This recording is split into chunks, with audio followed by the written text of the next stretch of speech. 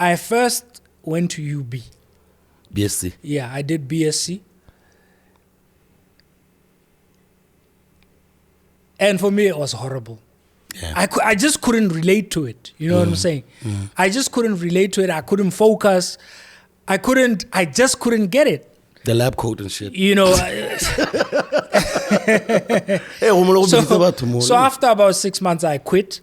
And obviously, I didn't sit the exams. Yeah. I dropped out. You dipped on BSc? Yeah, I dropped out on BSc. And I got a fail and discontinue. Yeah. So that was a to the club. So love, yeah. You know, ATI is over there. Rabaya. Yeah, but it's just, at that point, I just couldn't get it. Huh? Yeah. So there was a conference, of course, that day. But surprisingly, my folks were, they didn't scold me or anything. Yeah. I think they kind of sensed, okay, maybe this is not the right thing for him. Yeah. Right. So they suggested that, well, they suggested that maybe I do A-levels. Yeah. So I went back to MAP and did A-levels. Yeah. At the time, I thought it was my folks, but apparently it was actually my elder brother who was a doctor in the UK. He's supposed to come to this podcast, by the way. Who pushed, yeah. Dr. Mon. Yeah. Who actually pushed that agenda for me to do the A-levels. Yeah. Yeah. He might have funded it as well. Yeah. You know, I don't know. I didn't get that. Yeah. Yeah. I was just getting it from the folks. Yeah. Yeah.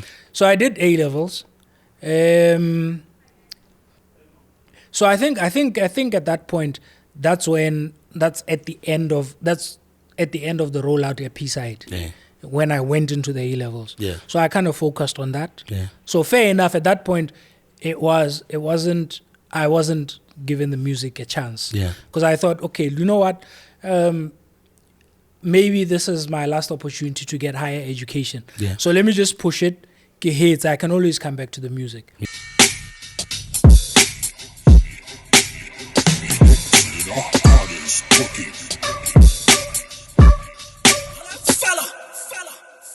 People of different identities. Podcast with PODI-CAST.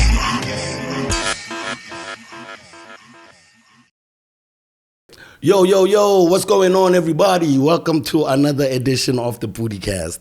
And the holiday left with my voice, okay? Yeah, we're not as young as we used to be, but the show has to continue. And I'm hoping everyone is back and safe from the holidays. And man, if you're missing some loved ones, our condolences. We really need to be checking out ourselves on these roads, man. And welcome to another edition, PODI-CAST, and we have another great guest for you. Shout out to Local Corner. Shout out to Leo's Inn, as usual. This is where we're at every single day, all right? Every single week, for that matter. But today, we have one of the OGs that's my OG, okay? First of all, I heard this man rapping on radio way before I thought it was even possible to have any one of us on the radio rapping. And he left it all. And then he came back to it. And then it's like he left it again, So we never really know what's going on with him. But his story is a very important one because I didn't win the first Channel O award for Botswana. I wasn't even the first nominated one. This dude was. And he took me with. That's how I got to find out how I could get mine a Channel O award. So, guys, this is a very, very important episode because there's a lot of untold stories about him. Even on the interwebs, there's absolutely nothing. Before I go any further, he's in the house. Welcome, Fosta Juliano. Yo, what's up? What's up, everybody? I'm so sorry about the voice, but I'm guessing you can hear me again. Hey. I can hear you, bro. We went to Ranzi, and then we went to Mawung. I was with Staga and Cast, people from your generation. Yeah. No, I saw the updates online, obviously. Yeah. And I was just saying Maung is game, huh? Yeah. But how do you feel like when you see people who were active during the time that you were really, really active, still doing it right now? Like, is there like a piece of you that says, I really want to be on that, or like you're like, I'm comfortable where I am? No, I'm happy being a fan. Yeah. Yeah, I'm man. a fan of the music. I'm a fan of the talent. Yeah. I'm just happy seeing you guys do it. And I hold a lot of respect for you guys. Definitely. For the guys that are doing it, you know. Definitely. It's the same as I hold a lot of respect for people like Presley, Yeah. who never did anything else Yeah. but what they love doing. Definitely. Yeah. No, but Loro Narijala Sinyana. Now I wish I'd stayed in school, man. But anyway, that's another story for another day. But there was someone who says that it breeds a little bit of resentment when you know you're talented at something, Yeah. but because of whatever reason, you feel like, this is not what my calling is supposed to be.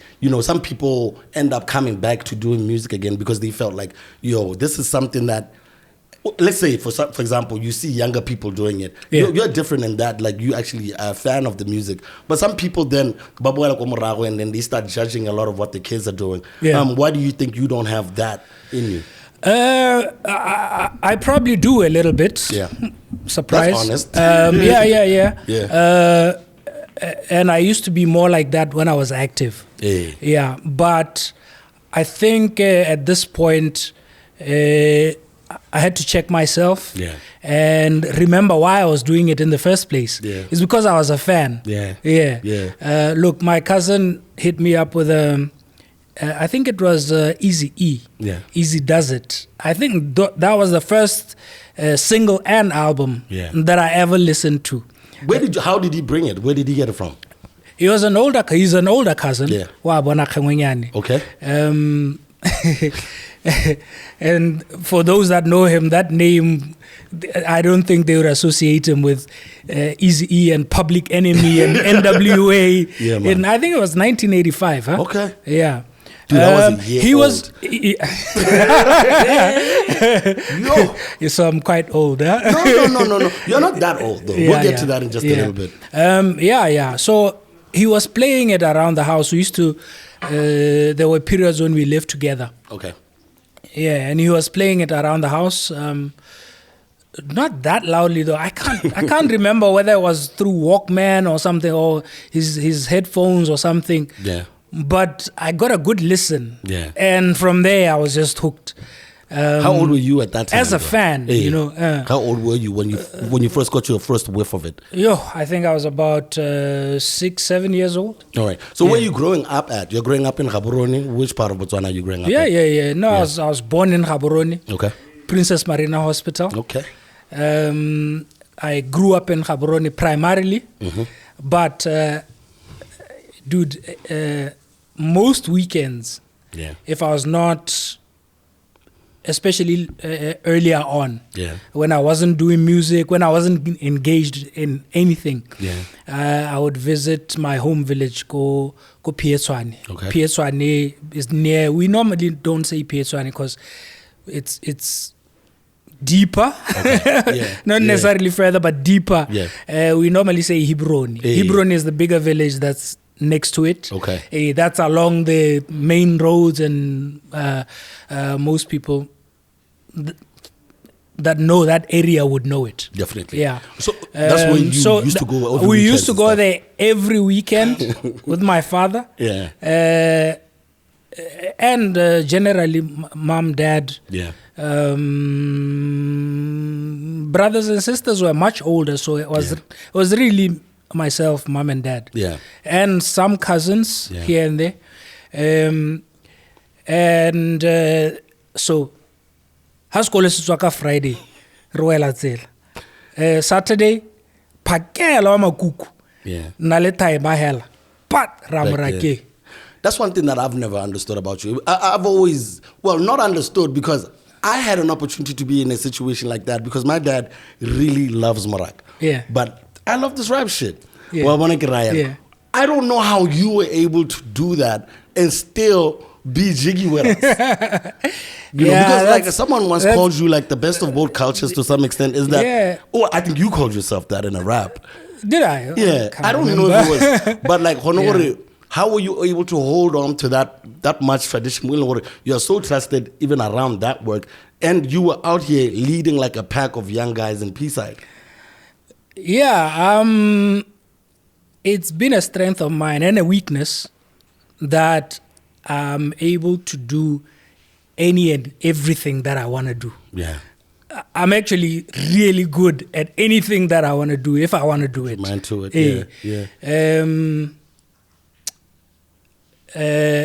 with the music, with the tota ke modisa. Yeah. Ke modisa fela.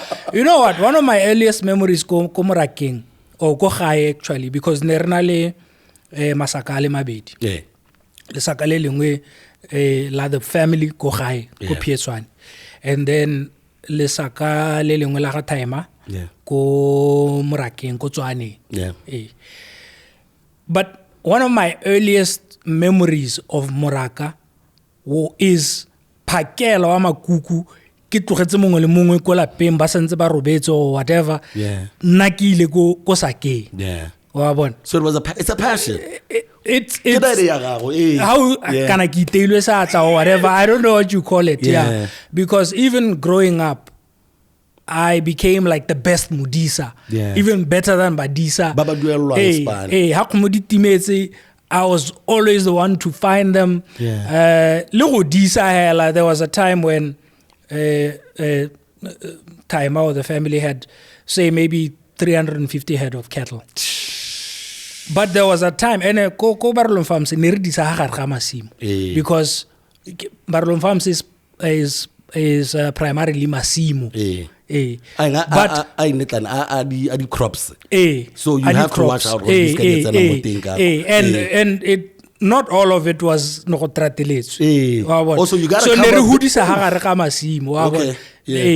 which is why I moved away on my own because nexa dumele mo khomong e tlholang e setso morago e ha ga masimo what.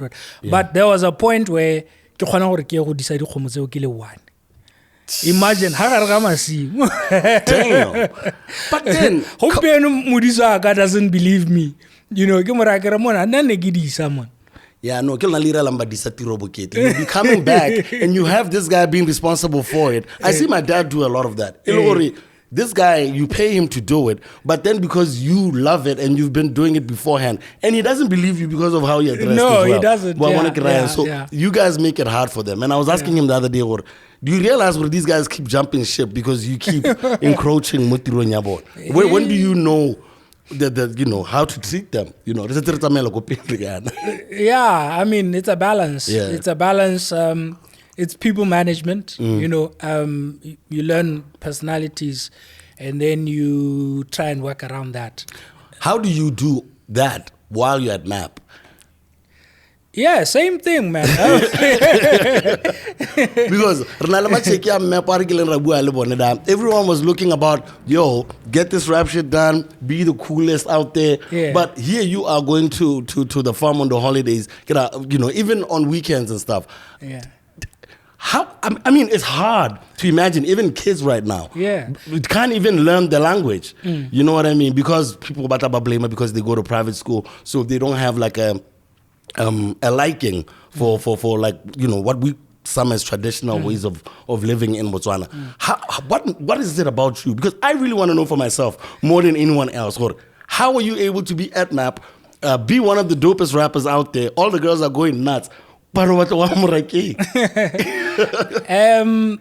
Yeah, I guess I'm just a diverse personality. Yeah. You know, like I'm saying, I can do any and everything that I want. If I really want to do it, I'm going to do it better than most people. Yeah. So, but then again, it was, like I was saying, if I didn't have any engagements, if there was no V show, if there was no show, if there was nothing to do, you best believe on Friday, from Form 1 to Form 3, I was boarding. Yeah. So, if it's a weekend that I can take off from boarding, from the boarding house, I take it.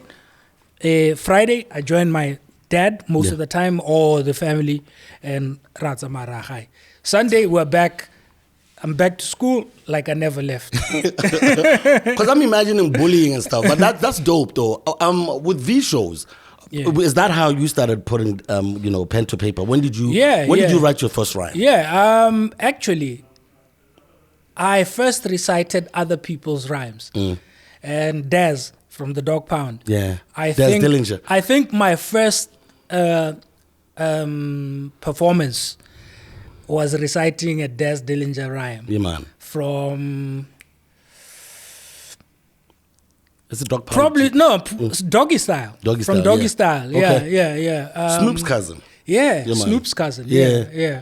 He's a hell of a producer. That's a good way to start. He's a hell of a producer, though. You know that. Yeah. Oof. No, I saw something on a documentary about Rogana. I can release Snoop because they're family and stuff. But Hey. he said like a lot of Tupac's album, they gave Tupac those songs because he had just come out of prison. Yep. So those songs actually belong to Dog Pound. Yeah. So everybody monela or do these because we want you to go on. So Yeah. that's a good way to start rapping. Yeah. So how did you then move from doing that and then actually writing your own rhymes? I can't remember, Yeah. I can't remember, but I did start writing. I think it went from reciting those rhymes to modifying them Yeah. to suit, Okay. and then it evolved into flat out writing my own. Oh, did you have a crew? Who were you with at the time when you started? Yeah, like, I've had how did you get better? I've had a few crews, but I've always been more of a solo artist. Yeah. I think earlier on, Khoneko secondary, Yeah. I was with my first crew, apart from being a solo, in Egenale Mboboto Ratsuma. Okay. Mr. Bo. Okay. And I think we called ourselves something like Dynamic Lords, DL, or something like that. Yeah. At the same time, Duke Heavy and Snitch, Yeah. KB, Yeah. had a crew of 3, and then they made pizza HKD. Okay. Yeah. Yeah, man. And then at some point, we merged Dynamic Lords and HKD, and I think by that time, we're also gotten to know Nomadic. Oh, okay. And that's how SIX came about. So where are you guys performing? Is it only at the Map V shows, or were they? Where were the places where MCs went at the time? It was primarily Especially you guys at high school. It was primarily the Map V shows. Huh? Yeah. There were discos as well. Yeah. Maybe like once a month or something, but we never performed at discos. Maybe it was just a matter of getting our swag on, seeing what resonates with the crowd and whatnot. Definitely. Yeah. So, Bone, because this is the crew that I found you with, go P-Side. Yeah. So, how did you guys end up as a whole squad like that and moving to P-Side? Like, how did you guys link with DJ Sid? Yeah, so I think by that time, like I'm saying, I think, so if you take HKD, there were 3. Yeah. Myself and Bo, Dynamic Laws, there were 2. Yeah. And then, but I also had a mini crew with Duke as well. Oh, okay. Yeah, because I vibed with them a lot. Yeah, Big Duke, baby. And I think we did most of our recordings together. Like, Baba Ngwene Basi or Basi Available. Or maybe they weren't fly enough on the mic or whatever. Where were you guys doing the recording? We were recording. I think the first song we recorded was at Duke's, was a Big Duke's living room. Village. So he's been about setup. He's been about that. Yeah, I wasn't surprised when I ultimately saw how he ended up. Like a technical director. Or Definitely. whatever. I mean, to this day, he's still the voice of Yarn FM. Yeah. The ads, all of the drops. Production. It's still him. He cuts it up. Even during the World Cup, like he had like some big deal going on during the World Cup in South Africa for major South African radio stations and production. So he started from there. Jesus. We were recording on tape, I think, on like tape. Yeah. La uka analog gents. Analog ba tape with a mic and then simula whatever levels you got. He would play the instrumental, because I think the first song that we ever recorded was we actually performed it. I think at our first proper public show. Yeah. I think it was a show called Stadium or something. Was it Stadium or Fairgrounds? The Third Mind show. Fairgrounds. Yeah, I think Third Mind show. Fairgrounds. That was the song that we first recorded. Okay. Yeah. So I think initially it was Double D, Duke and Doe. Yeah. Okay. So we took Pause. This is not in 2024. Everything you know, Diddy, Double D. Yeah. No, I know he's gonna be laughing his head off. No Diddy again. You know what I mean? So you guys started off a little, but why were you jumping from crew to crew? You weren't loyal. No, we were together. It was like crews within crew, within the crew. But what was the plan at the time? Because I'm guessing you guys knew there wasn't a lot going on outside. What was going on outside, as far as commercially and who was popping at the time? As far as the music. At that time? Yeah. It was international acts, man. Yeah. Yeah, like I was saying, I think the first instrumental we recorded over was The Far Side. Hey. And I think the song was called The Drop. Oof. If I'm not mistaken. Yeah.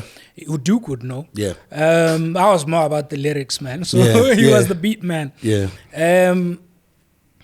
So there was that, but there was no like young guys like you guys didn't hear anyone on the radio that you were like, yo, I think we want to ultimately be something like that and get some success like that. No. I think at the time, Third Mind. Yeah. Although we didn't quite resonate with their style at the time, you know.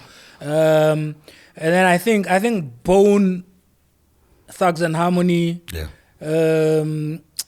We were into Wu-Tang, man. Yeah. We were into Wu-Tang big time. No doubt.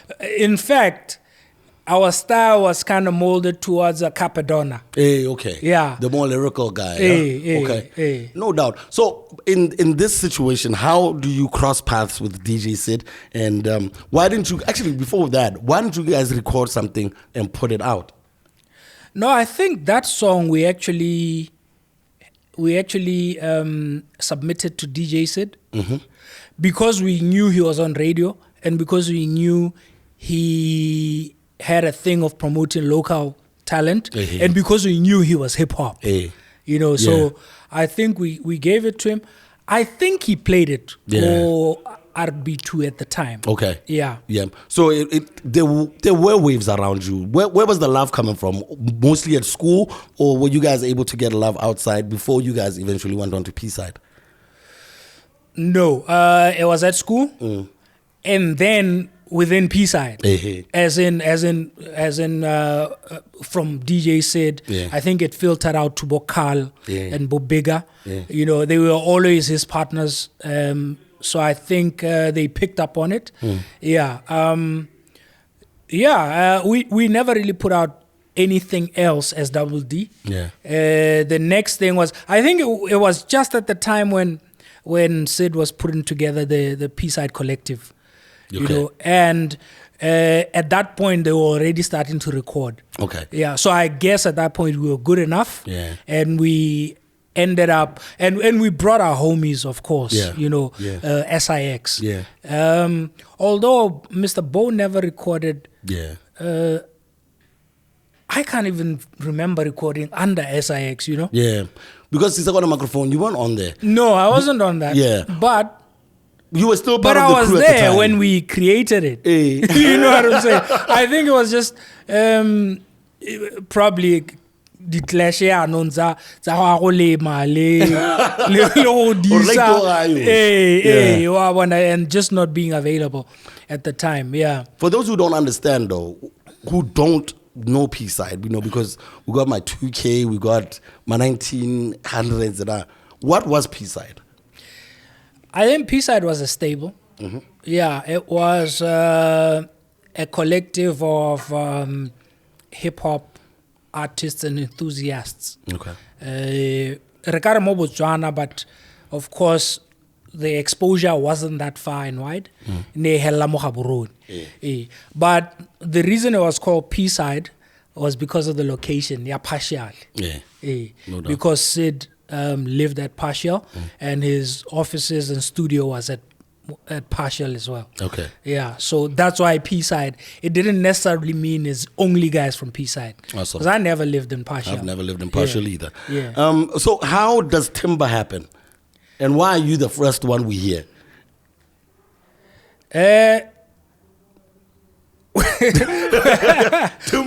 With regards to the order, I don't know. Okay, yeah. You know, I don't know. I think it was just whoever was down at the time went in and did it. You know what I'm saying? I think I need to pre-sell this properly. Yeah.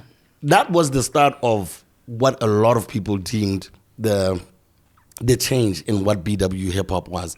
Yeah. Before that timber track, and before we started hearing like nomadic and whatever, there was a lot of chickity check, mickety whack, fuckity function, Yeah. Everyone was trying to be like Daz Effects, and guys were not making any sense. Yeah. There were no words being said. Yeah. Some songs were chickity mac, yo Laurel, check it out, fuckity funk, chickity what?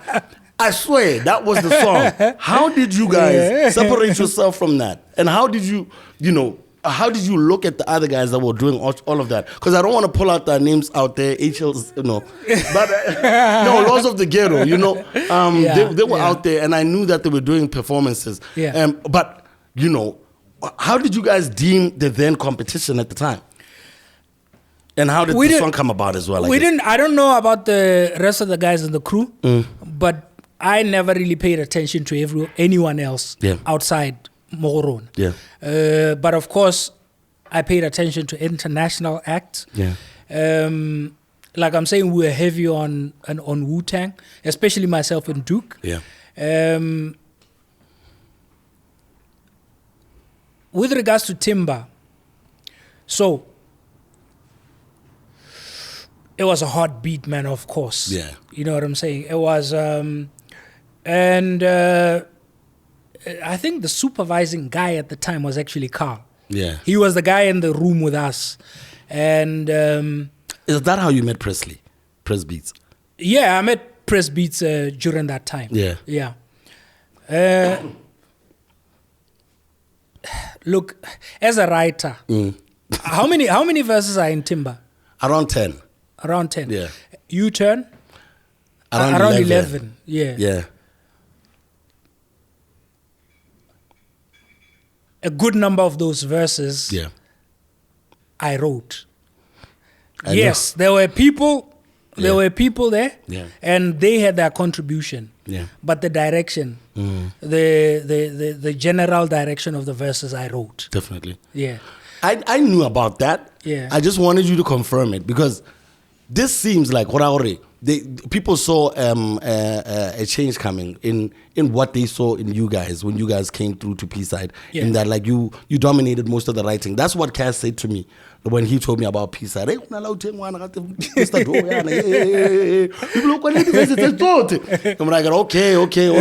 we'll see him, we'll check him. Yeah. And then we get there and we do, well, there's not a hierarchy, but it's a lot of brothers and one sister, shout out to Ice Queen. Shout out to but Ice Queen. It's 20 plus guys in there. Yeah. What did you guys think was going to happen in that scenario? Because, you had yourself as a 6, but what did you think being part of that was going to bring? You know what, man? We were just recording, man. We were just doing what we enjoy. I don't think us, like, personally, we had a plan. We thought we were going to do this or that, or this is going to happen.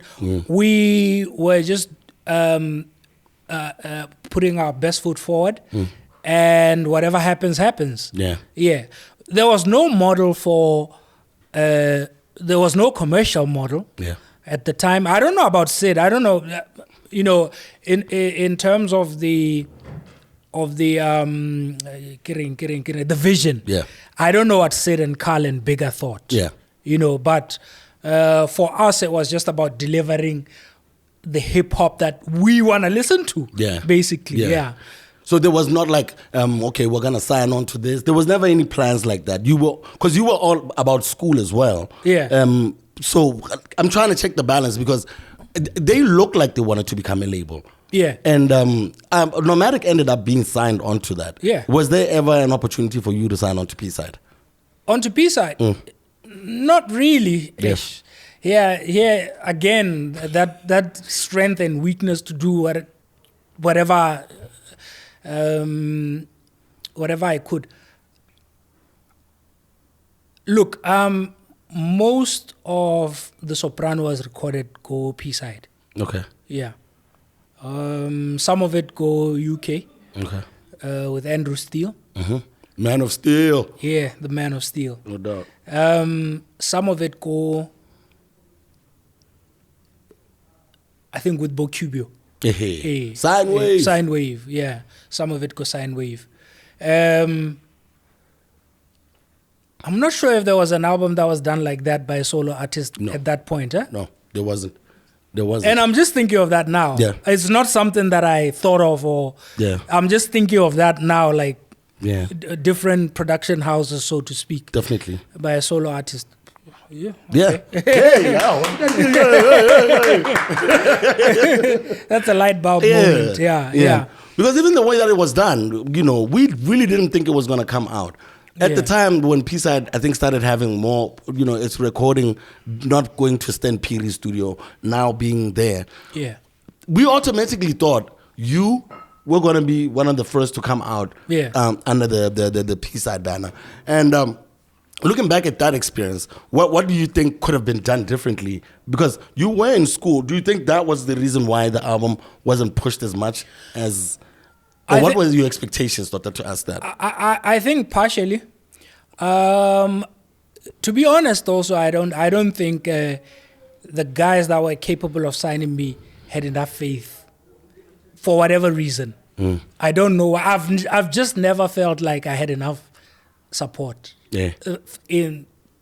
from the machine, so to speak. There was a P-side machine that released the P-side album that released what else did they release? Nomadic. Yeah, they did Nomadic. And all the other labels that were around at the time. Even Sine Wave. I did some songs with them, but there was a point. This is Mr. Doki Fitli. Yeah, exactly. Probably my biggest. One of my biggest songs. That was a big one. Yeah, that was a big song. Did you know Dwayne Alford? Yeah, I know. Yeah. After I wrote that song, I recited it to him. We were coming from the Behipma Awards. Yeah, the Botswana Hip Hop Music Awards. Yeah. And it was like one of those moments where you've been at the awards and you feel like these niggas don't know what I got. Yeah. He was driving me home. He was dropping me Gucci West. Yeah. And I was telling him, man, I've written this song, man. It's the ish. Yeah? And then it's the ish. Dude, I was reciting that chorus to him. Yeah. Yeah, and I think a little bit of the verses. Yeah. And I knew it was gonna hit. Did you do Hot to Death first, or did you do Kifitlile first? I did Hot to Death first. So I did a few songs go P-side. Yeah. Yeah. So they were just in the vault. But I was kind of canvassing for the support, for someone who knows what's happening to say, yo, let's go. I'll put that to you. Where was your focus at? Was it because you have this three-headed monster? You have the education, you have the farm, and you have the music. So you never really, I feel you never really put your foot on the gas when it comes to this. Because by your own analogy, you can do whatever you want when you have your heart into it. Yeah. So I don't know what was it them? Was it a disappointment from them? Or was it ultimately you a little disappointing yourself because you can't be the master of all, Let me put it this way. Okay, so at that point, pre-Soprano, I think after the P-side album, after recording the P-side album, I didn't give it an option. I got an opportunity to get a scholarship to go to school, to go do. In fact, it's not as straightforward as it sounds because I first went to UB. BSc. Yeah, I did BSc. And for me, it was horrible. Yeah. I just couldn't relate to it. You know what I'm saying? I just couldn't relate to it. I couldn't focus. I just couldn't get it. The lab coat and shit. You know. So after about 6 months, I quit. And obviously, I didn't sit the exams. Yeah. I dropped out. You dipped on BSc? Yeah, I dropped out on BSc. And I got a fail and discontinue. Yeah. So that was a to the club. So love, yeah. 80 years over there.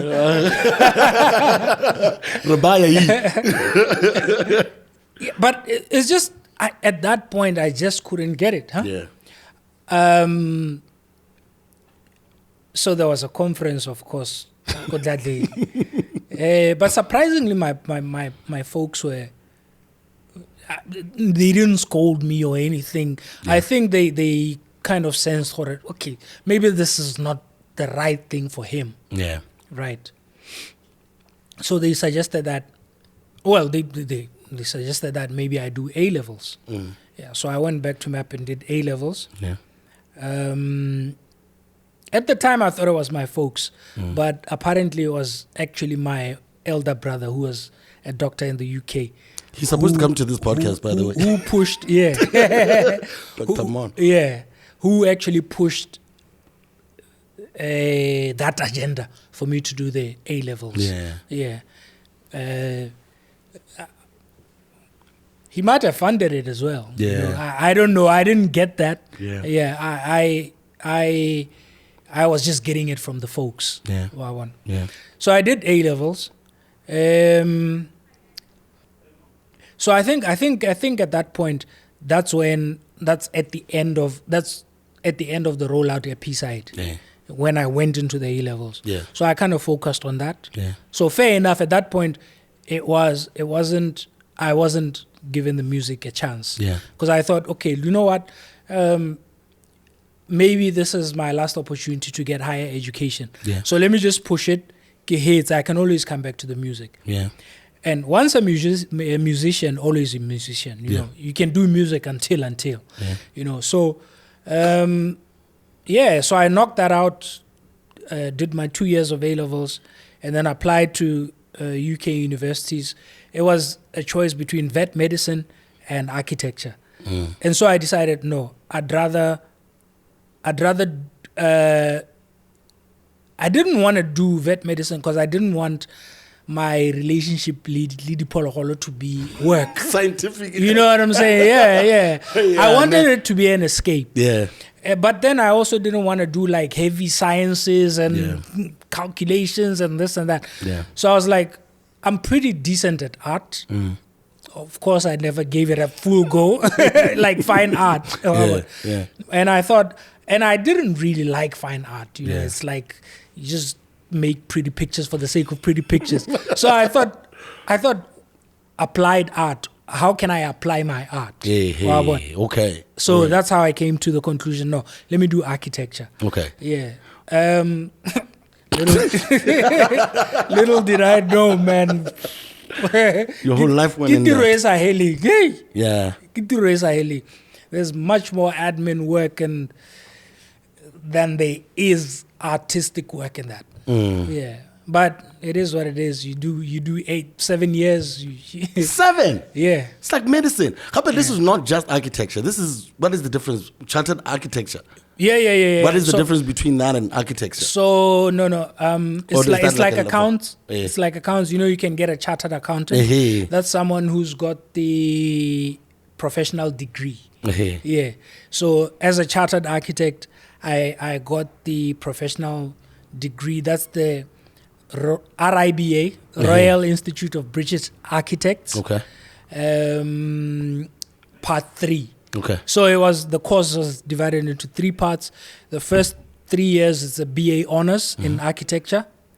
The next 2 years then there was a year out. Yeah. 2004, which is when I came back and dropped the Soprano. Yeah. That was a year out on attachment. Okay. Effectively, yeah. Did my attachment Architects Botswana. Yeah. Yeah. And then there was 2 years of full-time back at uni.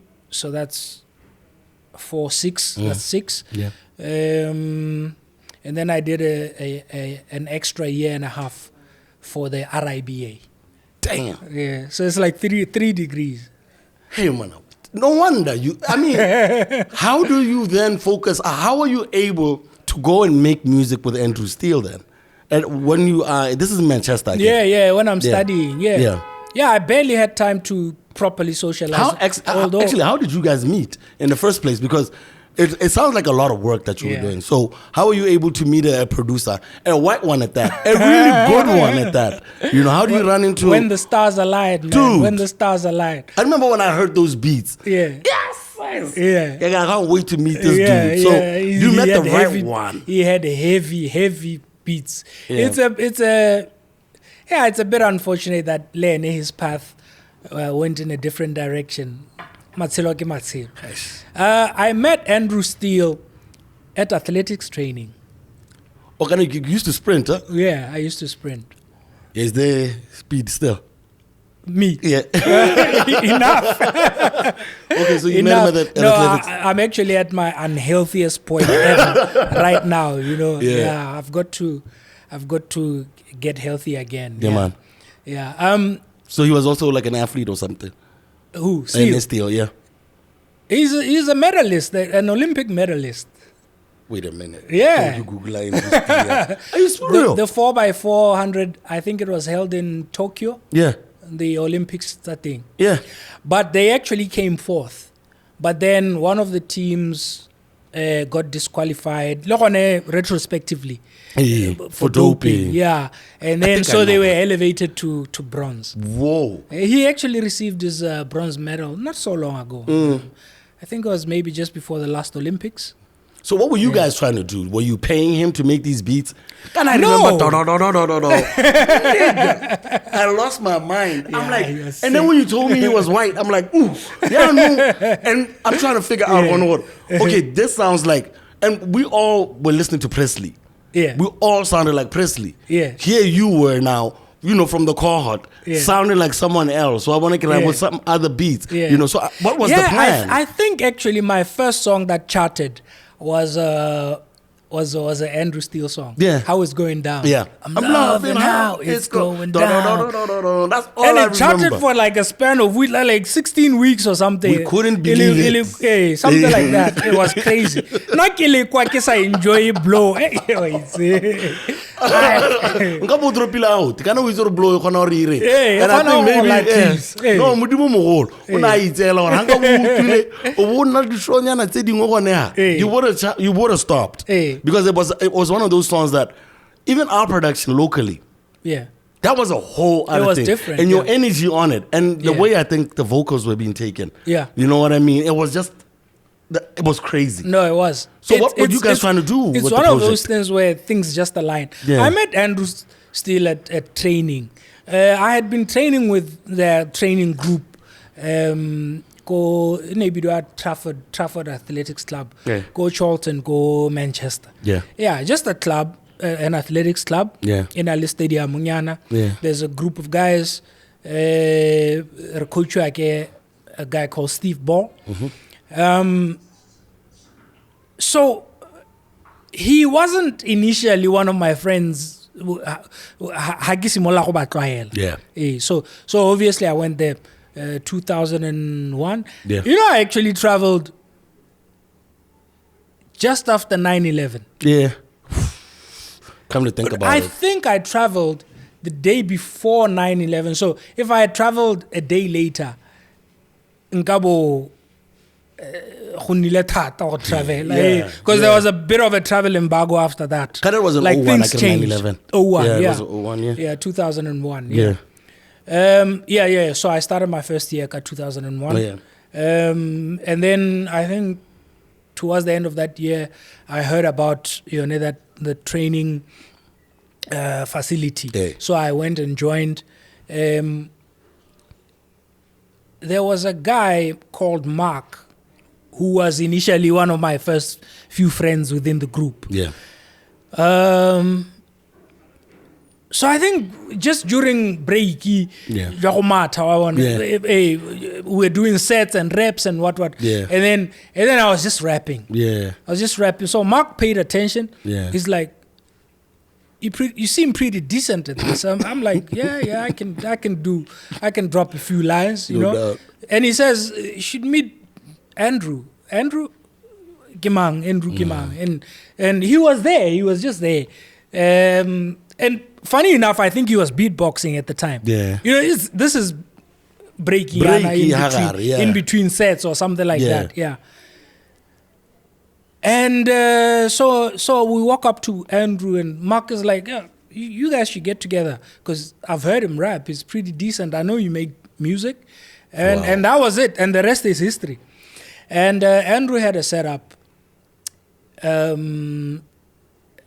basement studio at his house. Yeah. And that's where we recorded. And funny enough, his older brother used to play for like serious bands. I can't remember the names now, but if I was to tell you the name of the like British band, you'd be like amazed, like, because I was amazed. I was like, really? You know, his older brother, so he comes from, well, he had that pedigree. You know, So you guys never talked about how you could release like an EP as Lona Home, because we did. I'm sure the music was banging enough. We did, and we released something. It was on Reverb Nation. It's just, hey, this music thing. This music thing. You kind of have to. You're not going to step on any toes. Tell us what you think about this music thing. No. I'll be honest. It's difficult. You need enough support, like infrastructure. You know, like not equipment, hella, not So we recorded songs, and I think 3 or 4 of them were in the Soprano, and then some more. I think at least 2 are in. No. My solo albums. Yeah. Okay. So you stretched out the music. Yeah. Those were some of the songs. Okay. We had a group called Man Friday. Okay. he named it Man Friday. Yeah. And apparently it had to do with an explorer who forged a relationship with a native somewhere, the origins of the British nation or whatever. He was into that history. And so we had a group named Man Friday, and we had an EP. It had 4 tracks. I remember Bo Record XX. Yes, sir. Bo Denumont was one of the songs. Which I think I ended up using. You guys had a really good culture though, the music. Like, it was great because you were also like, I could hear your growth even around the studio as well. For someone who's there for education, you were getting really, really dope with it. And then I think let's just head back a little bit to the Soprano. Do you feel, because it wasn't wholly a P-side project, that maybe that's why maybe there was a little bit of holding back? Okay, this is not completely ours, you know. I remember with Nomadic's album, the only other productions that were there were Favi's. And the only way that Favi, made those tracks was coming to the studio. You know what I mean? So in effect they were still owned. They were still owned there P-side, in that space. So I'm trying to figure out you working with Signwave, you working with Andrew. Do you think that must have been why there was some pushback? No, I worked with those guys because I couldn't get enough work with P-side. Definitely. Look, how the Soprano was made, I recorded I think about 4 songs, including Hot to Death, including what's the song after Hot to Death in the album? Put me on the spot. But it was a battle track. It was like a battle track. We'll remember it.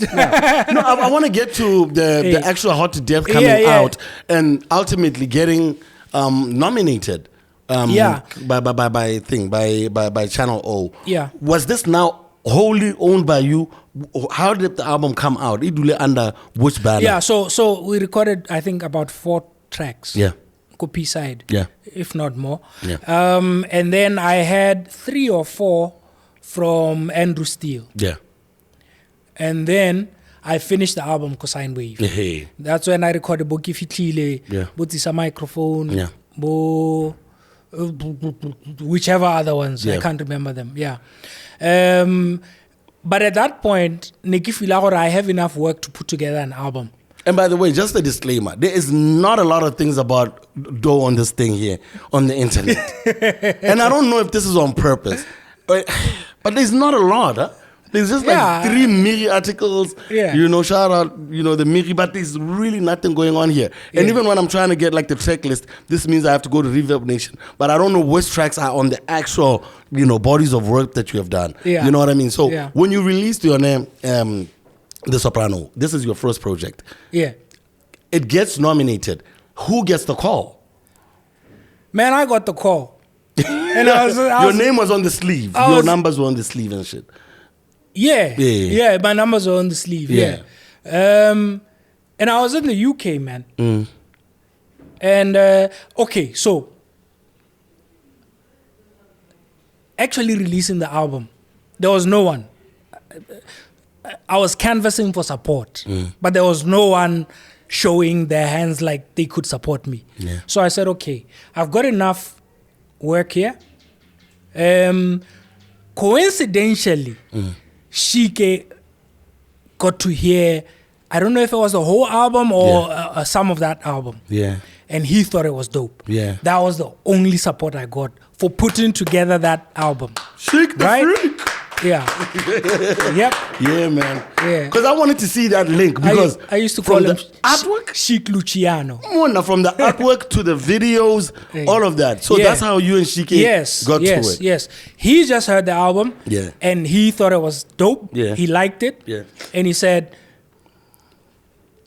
he actually just took it on. That was all the support I needed. Because people would kill to have images like and that. I know. And I'm very thankful to Shike. I'll always be thankful to Shike because he didn't. I think for him as well, it was him doing his art. Yeah, labor of love. Hey, Onaboni, a subject. Yeah. To work his art. Yeah. Yeah. So he said, like a muse. He was like, man, this ish bangs, man. He's a proper hip hop head, and a proper music. He likes quality music. Definitely. So I think he was impressed to the point that he wanted to be involved. Yeah. And so he said, I think what came first was the video. Yeah. Yeah. He said, let me shoot a video for you for this song, for whatever song. It was a toss-up between Kifitlile and Hot to Death. Yeah. But I thought that Hot to Death would have a wider appeal. Yeah. Kifitlile ne le Setswana. Yeah. So it's kind of limited in that sense. Yeah. I was always looking for international recognition as well. Yeah. So we shot the video. And the album cover and the stills and they were all from the video shoot. Yeah. But technique. In terms of concept, Shike conceptualized that. That whole train coming, he conceptualized all of that. Huh? Yeah. The whole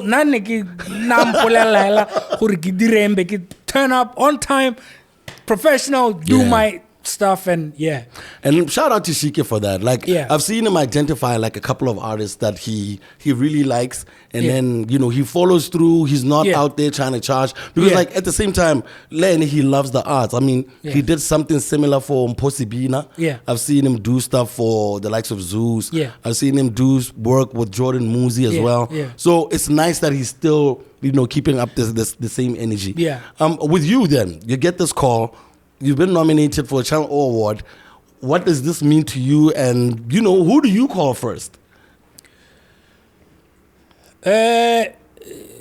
maybe we're skipping how I got nominated. Oh, okay, let's go there. Because there's someone that I have to recognize, and his name is Ricardo Matebula. Oh, yeah. I met Ricardo through Nomadic.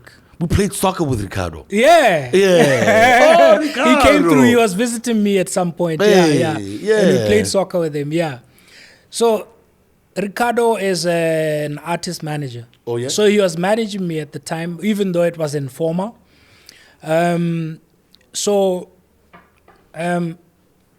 He submitted my videos to Channel O.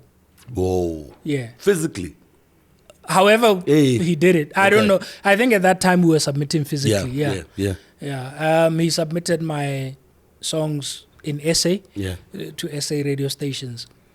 I guess Channel O liked it. The production teams there and whatever. Yeah. And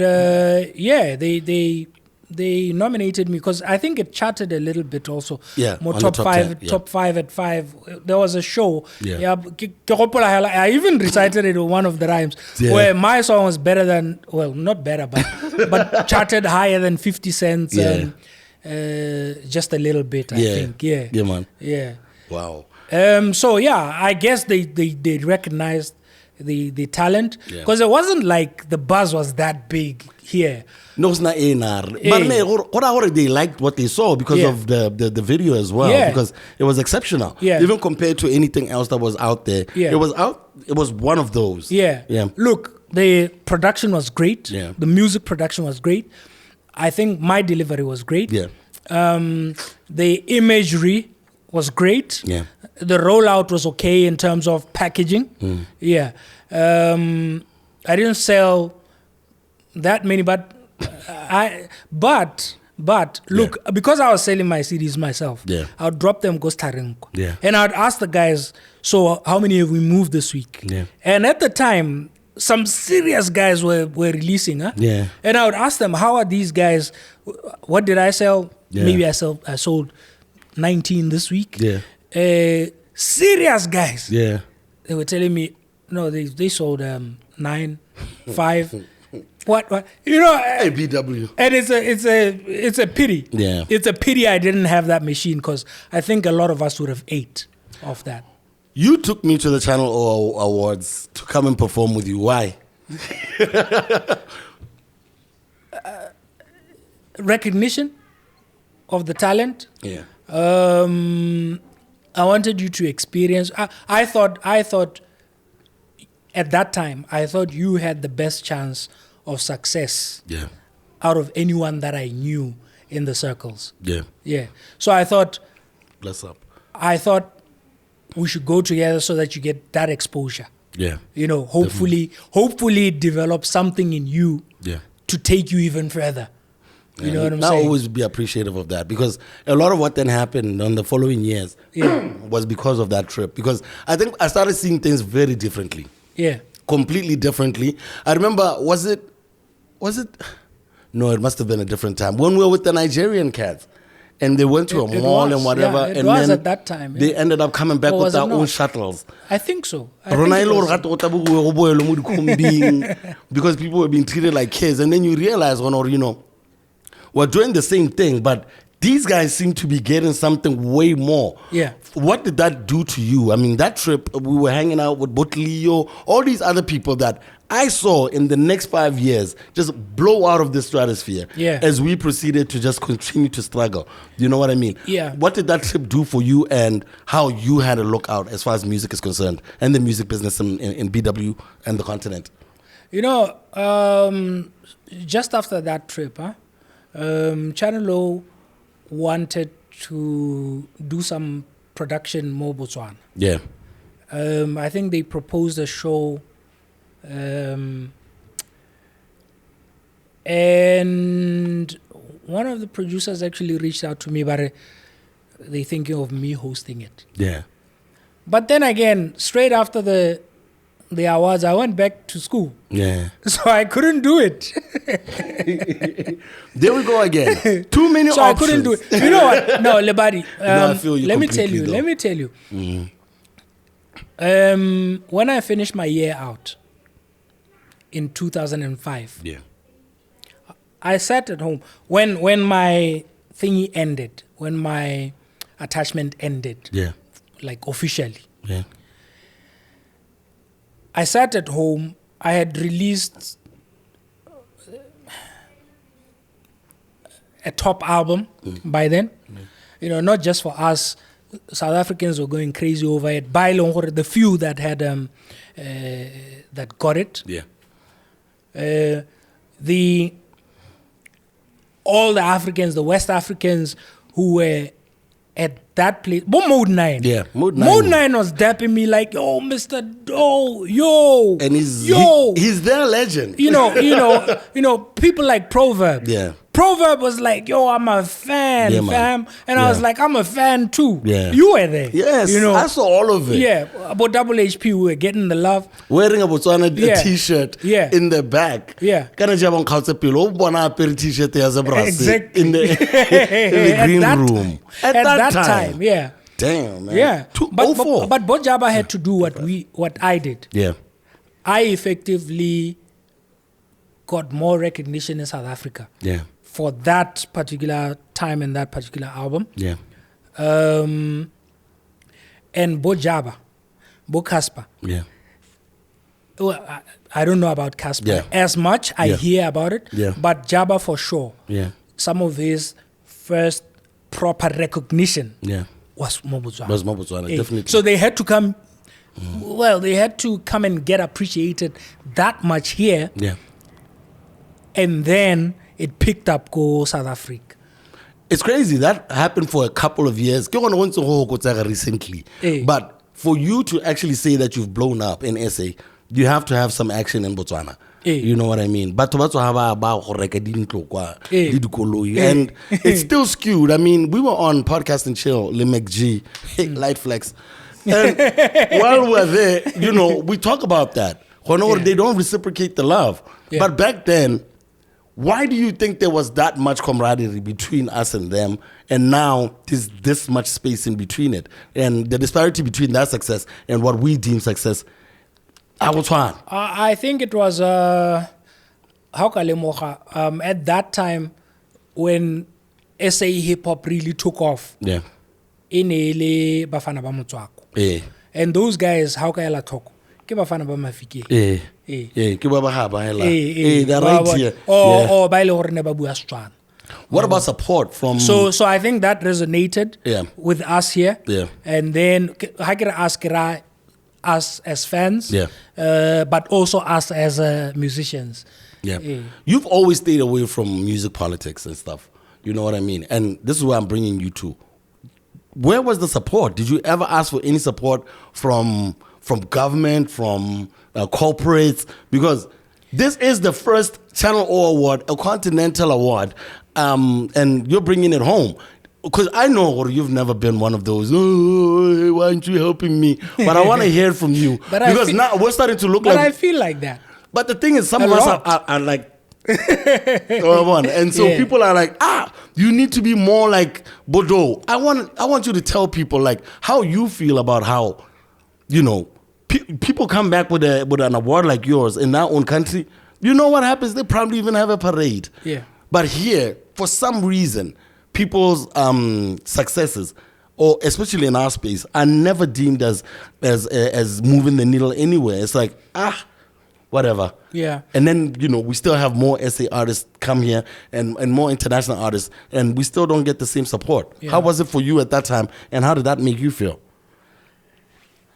It made me feel like crap, man. Yeah. Yeah, it made me feel like crap. I won that award because of a strategic campaign. Let me put it that way. Yeah. Yeah. I had a small circle of friends who were very, very supportive. And I believe they voted all their airtime away. Against Nigeria. Yeah. Wow, of course, they felt that strongly. You know. But outside of that, there was nothing. There was literally nothing. Yeah. So, even coming back, even winning, as soon as I won, I remember arriving at the hotel. Yeah, man. there was like calls coming in, and it's the newspapers, is this, is that, and they didn't give a damn, man. Before, I don't know. Maybe they just never got the material, or whatever, But if I'm in the media space, it's my job to also look out for what I think is quality. From us. You know what I'm saying? Because it's not like I was hiding. I was chatting. Kifitlile chatted for the longest time. Hot to Death chatted for the longest time. Mami Trulo chatted for the longest time. And shout out to Owen, by the way. There's a few guys that really supported. But these were individuals. It was never like a proper machine behind me. DJ Sly was the first that I heard play our stuff on radio. And it was just before I started releasing tracks from the Soprano. Una abuaka timber. And then I think I actually called him, hey, man, and calling radio stations, I'd be nervous as hell. But I want to get my point across, man. Man. And I had a chat with him. I said, yo, I'm the guy that wrote some of that song. I'm the first guy on the first verse. Man. And from there, he picked up and played Bo Kifitlile, Hot to Death. O'Neill. And these are guys, this is support that I didn't necessarily see. But it was revealed to me like peripheral vision. One day there was that Sprite activity. I think there was a final battle. Melole Lissable Night. Was it a Bull and Bush? No, it was at MTV. I'm not getting it. There was a club called Solofelo. I can't remember the name of the club. But Solofelo Papa no matat. No. Cospas, opposite GPH. Oh, I actually held one of my shows. The Standard there. Bank, next to the Standard Bank building. Yeah. Club Urban. Was it Urban? What was it before? The problem with Botswana is you will have the same building, have the same name. Every year they change it into another name. But so, sort of a refresh to keep us excited. Definitely. Yeah. At the event, and I just went as a fan. So the battle. He lost that battle. I couldn't understand how. You know what I'm saying? I couldn't understand how. I think AK was judging. Maybe Sybil Knight. I don't know. Sybil has always had confidence. No, he's good. He's very good. He's good, but Melo is top tier. Also. On that particular time, Melo was, and he was hard. But anyway, after the battle, and I think Loose Boy was the MC during that battle. Loose Boy is going buck wild on the stage. Ooh. And I'm standing back and I'm like, that's my ish. No doubt. I think I hollered at them and they called me on stage and I recited a little bit of it and it was going buck wild. Buck wild. No, the song had us in a chokehold. So with all of that, I mean, that doesn't attract you to say, let me chill, let me, focus on this. Let me call Ricardo. Let's try and set up some tour dates. I was always trying. Before I forget, because I've said Sly, I've said O'Neill. Yeah, and Mr. O. Yeah. Day one. How about Day one, he was like, this is quality. You know how he's still doing that now. He's still doing the same thing today. Yeah. That's why we argue so much. He's so honest. Yeah. He will not backstab you. Yeah. Owen will tell you the truth. Yeah. You know what I mean? And when it comes to BW music, you know what I mean? So big up to Owen. Big up to Owen. Yeah. There might be others that I might forget. It's not disrespect or anything. Multi-Choice never hit you up? No. Multi-Choice never hit me up. Damn, man. Yeah. Damn. No, we gotta ask because I did work with them. They never called me back. But I always wonder if it's because of the people that they have in the country that don't try to make that connection. You just won a Continental Award in a 2 million population country. Yeah. That's a big deal. Why aren't you knocking at those other offices? Unless we're just like a franchise where DSTV comes to dump off their items, their decoders, and we just consume Nigeria they just consume, and South Africa. Yeah. Or they just take our custom. Yeah. And that's it. I feel like there should have been some structures to support artists at that time. Yeah. You won an award, I think, the year after or 2 years after. It was like a year and a half after. Staga, Zeus, and Staga won as well. Yeah. And, like I'm saying, I mean, I judged idols. Went out all over the continent and stuff. Yeah. And it looked like I got snubbed because I never got love from them. You know what I mean? Yeah. A shout out to Tsepo Mapanya, and when she was working there was some love. But I'm starting to wonder about like how can we get our music, even though we compete on such a high level, how can we get it out there ourselves without having to ignoring us? It's difficult, Sky, and that's why I never pursued music any further, because I realized that in order for me to do it properly, I'm going to have to own the whole value chain. Yeah. And owning the whole value chain. Dude, when I came back in 2009, I went to NDB and I said, I want to set up a music business. Yeah. Man, they looked at me like I was crazy. I had a guy who was I think he was in mid-management at the time. He ended up at top management. Yeah. He was my friend. And he had a colleague, Gabarone at the Gabarone office, who was also mid-management. So he tried to connect me with the colleague, in my case, Yeah. The colleague passed me to the desk officers. So I said, I want to set up a music business. And they told me the best I could do was, they couldn't understand service delivery. Because when we're performing, we're delivering a service. Yeah. We're not delivering a product. Yeah, it's a service. Yeah, but they were like, what, you want to buy music equipment? No, you have to do a business plan and show us music equipment. So they were talking product. I wasn't talking product. And also,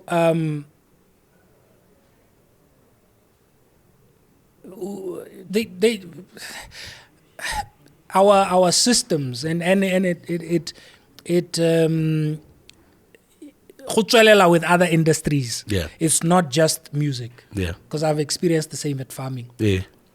Where I've gotten to where I was, to where I am, solo. Yeah. Proper solo. The only support that I've had was from my folks. Farming. I'll divert a little bit, but I'll come, I'll come back to the music. Yeah. Yeah. So, 1985. And that is one of those times where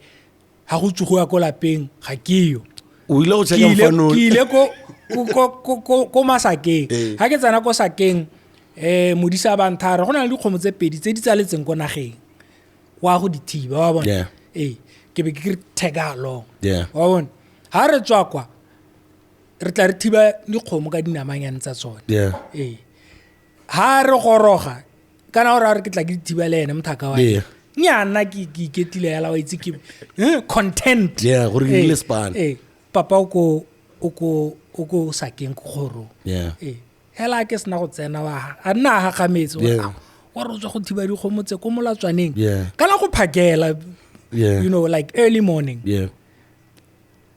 and he's like ne bidiwa matlhoko ke a go e tshwaela le namane ya yone was female. Dope. That was the first time ke tshwaelwa kgomo. There was a time when Roma. Yeah. There was a Roman Catholic sponsored walk. Yeah. And he bet me gore hanga ka musi. Yeah. So during a very no ragorisa go sponsored walk. Yeah. So during the sponsored walk, abaro ampa trek abaro adoja beki mo hit the nerbeshile ko. Oranga musi ya untshwaela ko. Aba untshwaela komeng. The next time ne re tshwa di kgomo. Yeah. So obviously I'm like the best. Yeah. Yeah. Go di tshwara go ira eng all the stuff. Yeah. So he was with his older cousin at the time. Nabidwa Rakobo. Jackson Makashula. Yeah. So towards the end, there's a beautiful Brahman type cow there. Yeah.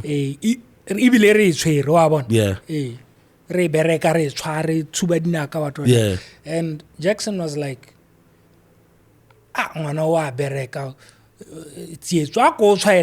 Yeah. And then time I was like, okay, you know. So that was 3. Yeah. But this is through the years. At that point, what I used to do was hangana le khomen namane tonanyan. Haye gola ena peles. Haye rekisiwa. Yeah.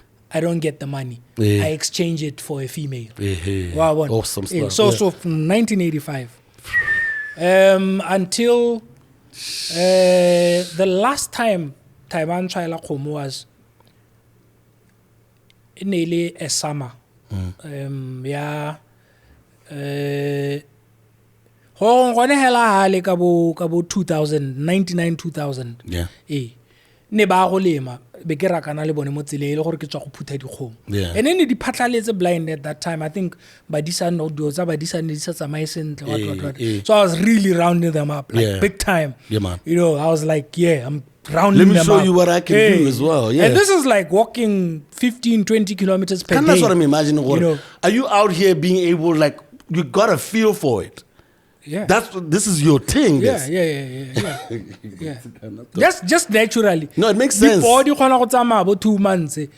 And he used to buy good bulls. Yeah. And that's how I have got good cows. He used to buy really good bulls. Yeah. And imagine I didn't yell for like 2 months, didn't knock somewhere, didn't know somewhere. Another day yeah. That's dope. So, but anyway, he was so happy at that point. So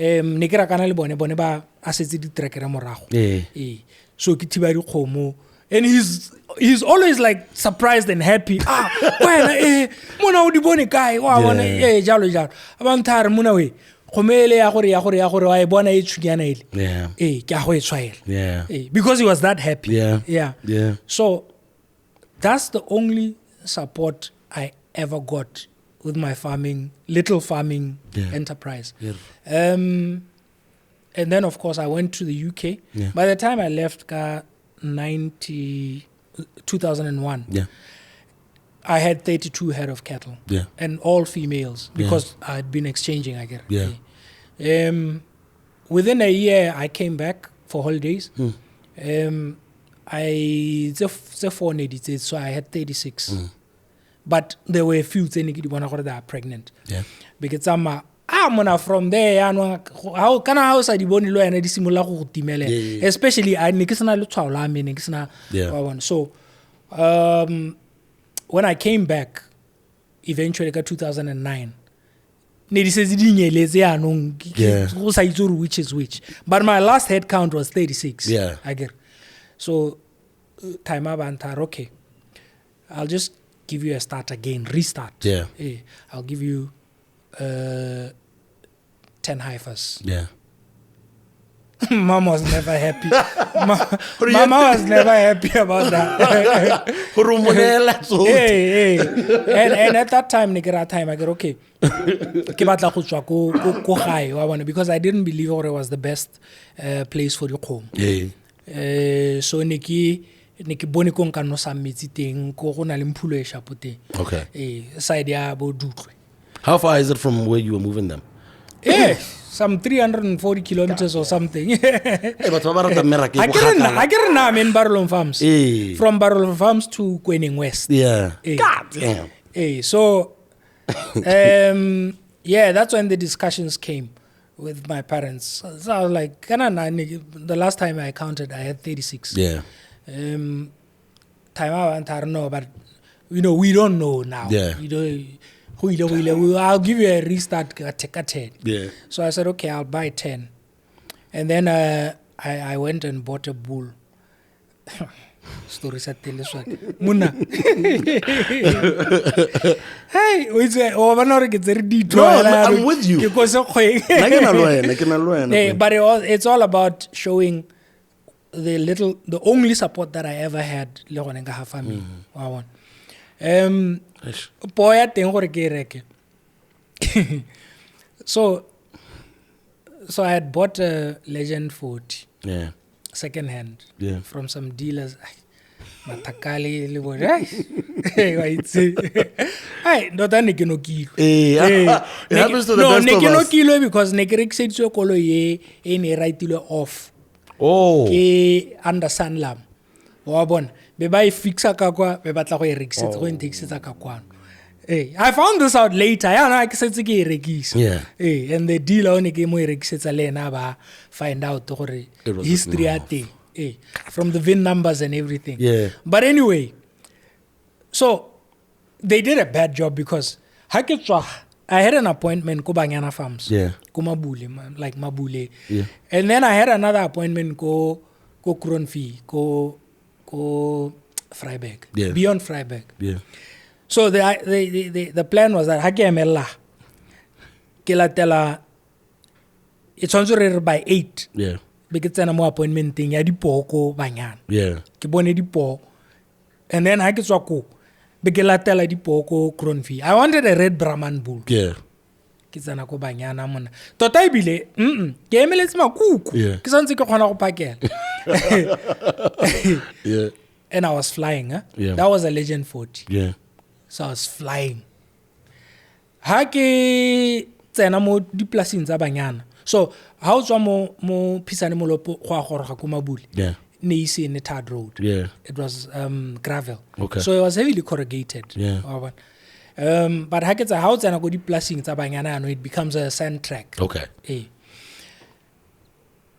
tsene sentle mo Banyana pula ne lenyana a little bit, but it was like I think it was July. Ke tsena mo Banyana ke go di gate ka di paddock.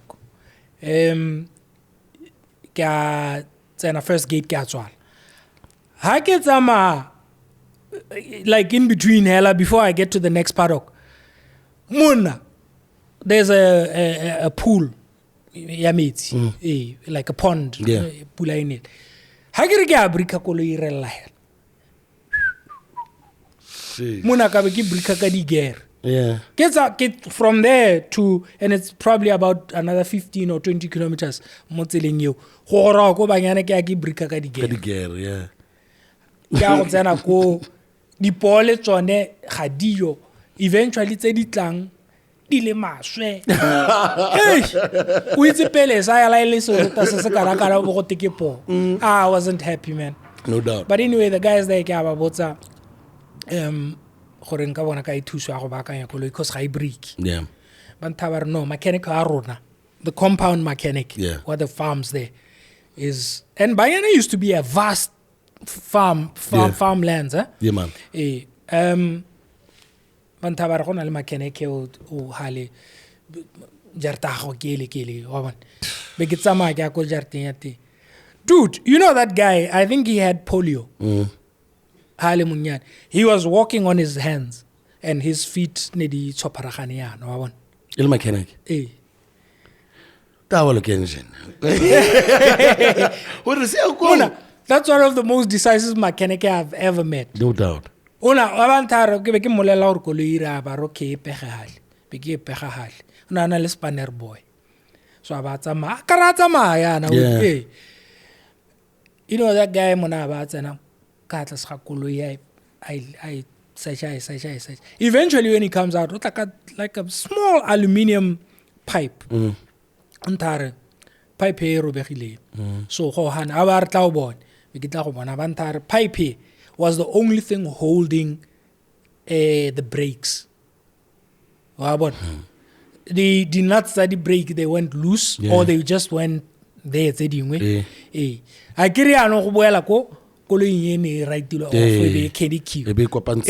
no somewhere maybe never did a good job. Definitely. That guy but this pipe, I'm gonna have to manufacture it for you. I get manufacture can I appointment? I can calculate 80 I can try drive some 200 something kilometers to Freiburg. Yeah. No,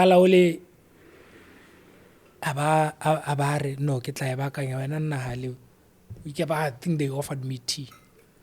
But and I found out he did have polio. Yeah. Yeah. How did he learn how to mechanic? In a spanner boys are liburu len le keneka in that area. In that area. And he just learned it off apprenticeship. Yeah. That guy manufacture a pipe about fix that car.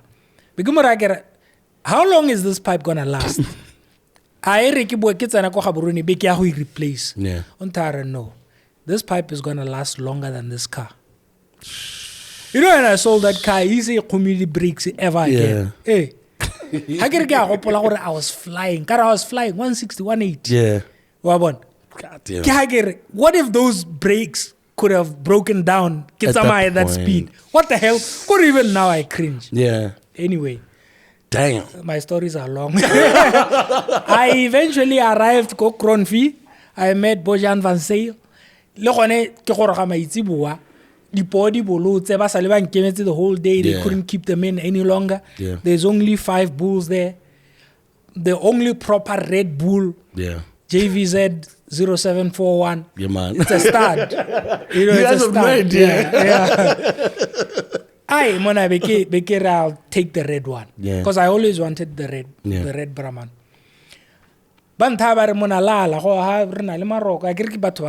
and proper auctions and what. So there's proper accommodation, you know, and they weren't saying pay for it or whatever. They were like, we'll cook dinner, lala.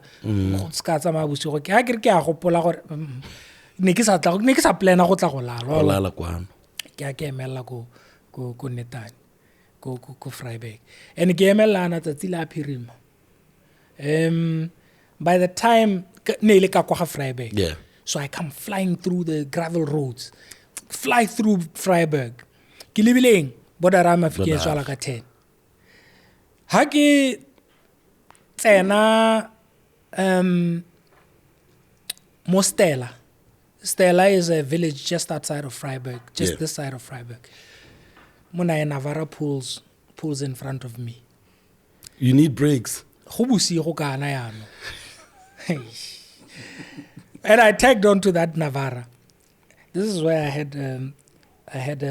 I developed a respect for Navara, because I thought a Hilux D40 Legend 40. I thought it was incredible. Munawe. Mean to see it. Because at 9, that guy was flying. Man. And I was trying to keep up. No doubt. Made it through the border. It's another story. But that's how I established my farming. That's how you started making everything pop off. I've been to Standard Chartered Bank. I had a connection there. He was a rapper. I said, Munawe, I'm gonna start livestock farming.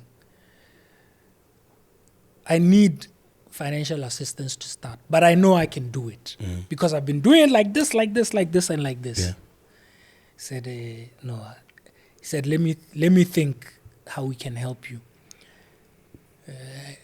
I don't know what his position was, but I think he was nearly.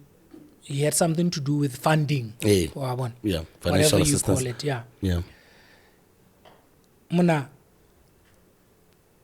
when he got back to me, he said, Muna, or something. I looked at him and I said, damn, he doesn't get it. Yeah.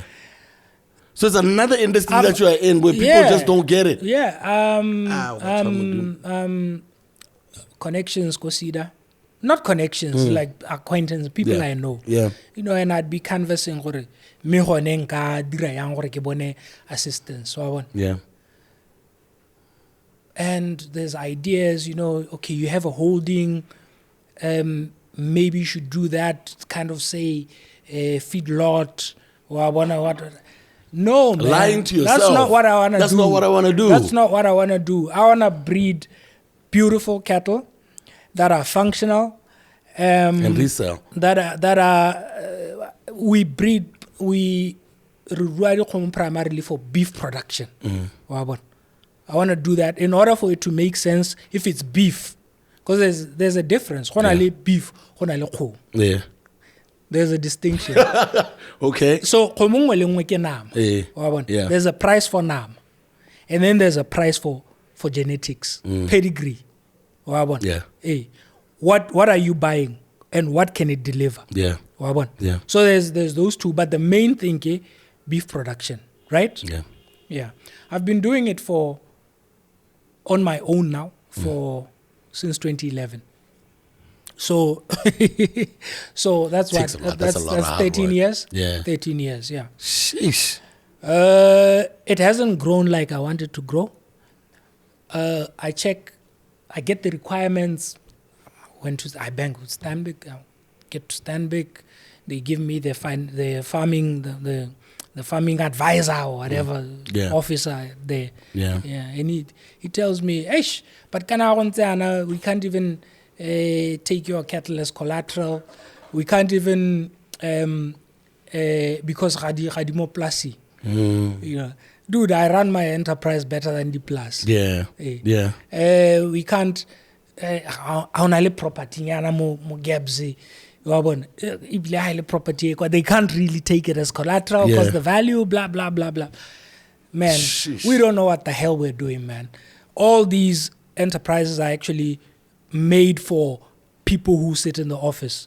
What's the one constant thing that I've been asked for, whether it was setting up a music business or setting up even architecture? If I want to set up or if I want to get funding for my business, for my architecture business or project management business, one of the things they always ask for is a damn pay slip. Yeah. How am I going to get a pay slip? I feel you. It's just not conducive for proper entrepreneurs. You need to have some sort of collateral office maneuverability there or something, you know.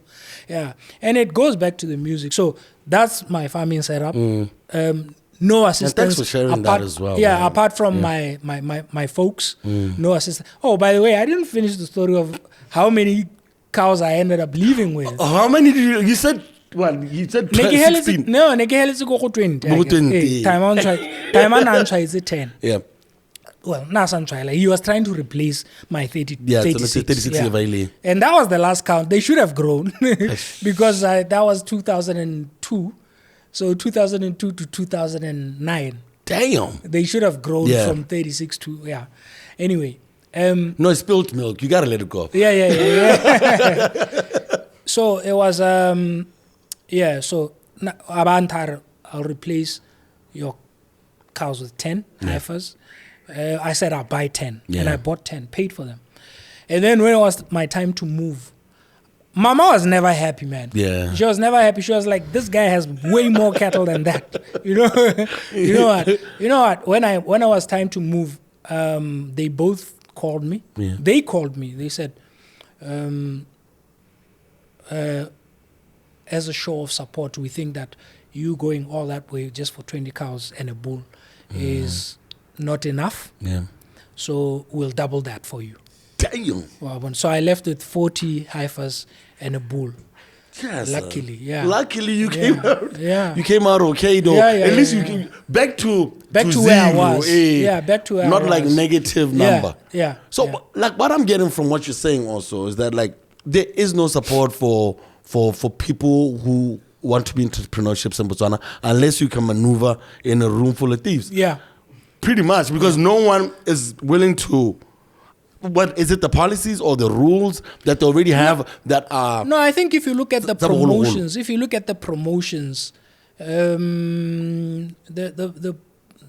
the policies should be right. Yeah. I think it's the application where we're lacking. We have, dude, out as your agricultural advisor go banking. It's about this. Yeah, he doesn't get it, you know. And it's everywhere. I mean, it's in every sector. The decision makers, I guess. Yeah.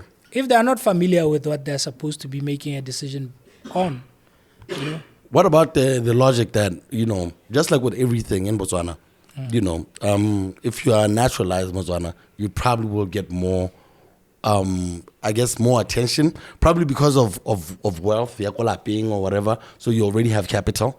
So people usually listen to you because or whatever. I don't know. Aren't there any other people that you've identified that are successful in the business that you want to operate? As in farming? Yeah, in livestock farming. No, there's a few people. I think most of the people that most of I'm not trying to be a separatist here. And we really need to start talking to that. How chances are you're not going to get that support because we don't believe you. You know, where did you get that money? And why should we think that you could be able to bring it back? But I was in Khanti, Ebile, this past weekend. It's a whole other lifestyle over there. You know what I mean? Yeah, you got to be a little paler.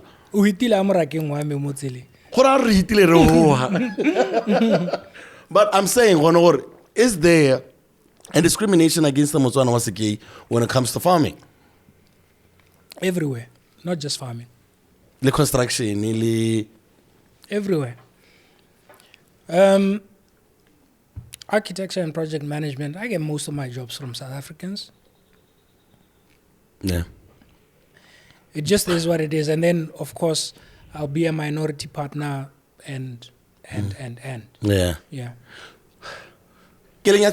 Is it because the what is it? What is it about us not seeing each other as? I think I have myself to blame a little bit because I have always believed in substance over fluff. Yeah. It goes back to the rapping. The reason I was one of the best rappers is because I wanted to be one of the best rappers. Yeah. I didn't want to be known for being cool or good looking or having swag or whatever. Yeah, but you came out with a dreadlock. Niggas with dreadlocks be out here. I don't want to be looked at like I'm a handsome. Why? Yeah, I mean, it is part of it. It wasn't to enhance myself or whatever. I probably look better without dreadlocks, dude. No, but you had them. You had them, you know. But guys don't want to be superficial. You know, you want to have like some substance if you looked at, you know, the dreads were the dreads. Yeah. I guess. They went nuts over the dreads. I didn't even know. This is news to me. This is news to me. You see? Yeah. You know. And I those were self-made as well, you know. But if you listen to my content, you will know that this guy is not trying to be cool. Yeah. He's just trying to be super good. Yeah. And it's been like that with everything, right? Definitely. And I think because of that, because I don't embrace the fluff. I like to be substantial. Yeah. You know. Yeah. Go dira gore batho ba nyatse somehow. Yeah. You know. Unfortunately, also growing up, I feel like I was a slow grower. Okay. Yeah. I'm probably still growing. Like now, I see guys that were taller than me go university, and I'm the same height now. Yeah. You know, I was always go primary, go secondary. I was always one of the shortest, smallest in the room. So you covered up ground. Yeah, and also, I mean that goes with age as well. I was also usually one of the youngest. Yeah. Yeah. But still, so I've always felt like Yeah. And it goes back to the music as well. I always felt like I feel like the reason why I never got the support, both my albums, All I Need and The Soprano, I released entirely on my own. You know, the only people that supported me were the closest people to me, family and friends. But even those, I mean, even say the producers, you know, I've had, and I say it in one of the songs, I think Reflections 2016. Yes, sir. Yeah, I shout out Press Beats, and I said something about having our oscillations, as in back and forth or up and down, you know. Yeah, man. No Diddy. Yeah. You get it. Yes, sir. No, and does it make you stronger though? Like when you see, okay, cool, these guys are preferring, and this is not only the music, but when you see, it's because of your complicated demeanor, and that maybe you're not as sociable as, like, let's say the other musicians are. You know, you're not drinking with everyone, you're not smoking with everyone. Do you think that if you were to talk to a musician right now who has aspirations, you know, young ones, they watch this as well because I'm hoping they don't want to make similar mistakes that we made. Yeah. You know, what would you say to someone, you know, what is not drinking with everyone, is not smoking with everyone, is pretty much a nerd and loves themselves some outdoors and, you know, has other ambitions, but they have musical talent? What do you listen to in that moment? I mean, I don't think I was that extreme. Come on. Dude, there was a point where you weren't coming to the studio at all, Kupi side, where you'd come sometime. I remember you'd come with the bantam and you'd be fully dressed like, isn't this nigga coming to rap? How are you coming to rap in chinos and a shirt? Mazda Rustler. Hey, come Mazda Rustler. And I think I've seen it in 4280. I think I was doing A levels at that time, huh? Yeah. Will you come in all prepped? No, but what do you listen to in that moment? Because instant gratification as well for these youngsters. It's easy to put together a TikTok and a good rhyme and whatever, rather than staying in study hall. Yeah. You know. So, what would you say to that? Because there's so much coming at them. You're a dad as well. You know. What do you say to the kids? And, you know, it's about having substance. You know, you've got to be substantial. You've got to have substance. Otherwise, it's unsustainable. Yeah. The TikTok video, it's gonna die. Yeah. There's gonna be a point where you lose it. You know, whether it be. I mean, it's out there, man. People try to get attention in many different ways, whether it's being silly, whether it's being stupid on purpose, and there's a difference. Whether it's being naked, whatever it is, you know, what happens when it ends? You know what I'm saying? Yeah. What do you hold on to? Yeah, because you can't be. If you're naked, you're not going to be appealing forever. Not to everyone, anyway. For some, it's 30 seconds. Yeah. If you're acting stupid, at some point, no one is going to take you seriously. Yeah. Yeah. If you do some silly stuff, you know. Yeah. What if you get yourself in trouble? Yeah. So it's all about being substantial. Yeah. But here's the thing, right? I can hold a conversation with anyone. Yeah. I can walk into any room and hold a conversation. Yeah. It's just that I guess at that time I was preoccupied with school. You know, so I had limited time. When I come into the studio, I have to deliver. When I have to be focused. Yeah. Yeah. And I've always kind of been like that. I mean, one of my fallouts with one of my producer friends is because when I came back 2009, I was trying to get back on, And we were doing some work, but it was taking too long. I guess they just weren't inspired, and I feel like they weren't inspired by me. Yeah. You know? They were prioritizing other people or something. Yeah. But I was still dropping heat. Yeah. Yeah. And I think at that time as well, it wasn't... Okay, so 2004, it was heat. And then I left, and then you guys brought the heat. Yeah. And then, let's say 2009, I think it had died down. Yeah. Wabon. Yeah. And I was, as well. Yeah, it had changed. And I was trying changed. to bring it back up. Wabon. And it just wasn't happening. And I became the guy that they call on the weekend, like, hey, botolo guy. And and I'd hang out sometimes, not all the time, but most times. Yeah. And then the next thing, maybe I'd hang out on a Friday. Yeah. And then on a Monday, I see pictures, guys went to shows and and I'm like, you guys are not calling me for work. You'd rather call me so I turned into a drinking buddy. Yeah. As opposed to, you know what I'm saying? Someone you want to work with. Yeah, so, but at the end of the day, it's about having the balance. It's a balance, man. It's a learning curve. I'm gonna wrap it up because we're about to run into 2 hours, and really? Hey. Yeah. You know what? Because I think we were just so intrigued by also hearing how you looked at things that we end up reliability when I you know what I mean? But for you, because I know you're analytic, your top 5 BW producers from as far as you can remember till now. And why? I think my top producer would probably be Press Beats. You want to do it from number 1? I think that would be my top producer. Okay. I mean, his body of work is incredible, man. Sir.